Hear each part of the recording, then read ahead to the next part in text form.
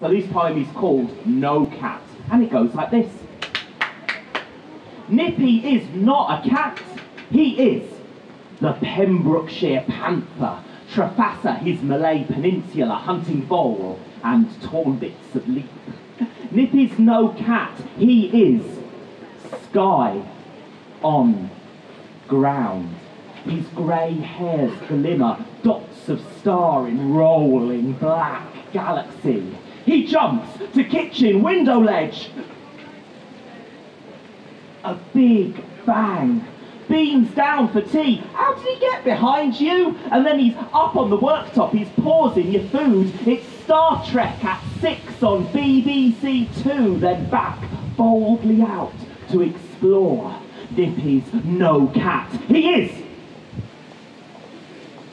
Grace Jones.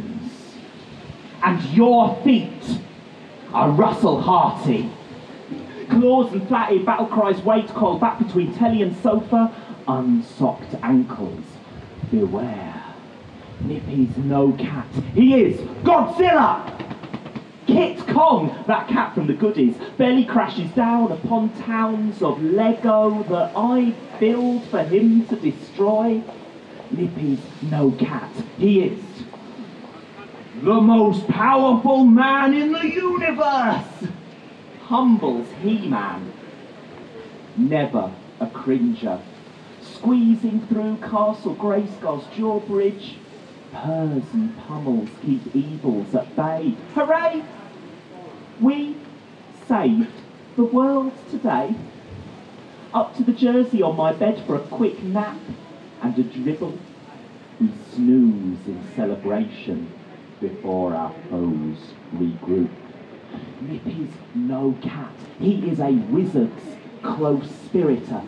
Telepathic muse, walks widdershins behind the chicken shed, chats silent under tree shadow. We share Marmite sandwiches, ketchup flavoured crisps. Only Nippy gets me outside of myself. I'm confiding in him the nothings of school, the everythings of tomorrow, because Nippy listens to me.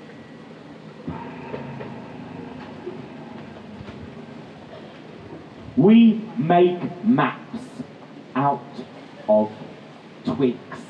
Thank you very much. Cheers, nice one.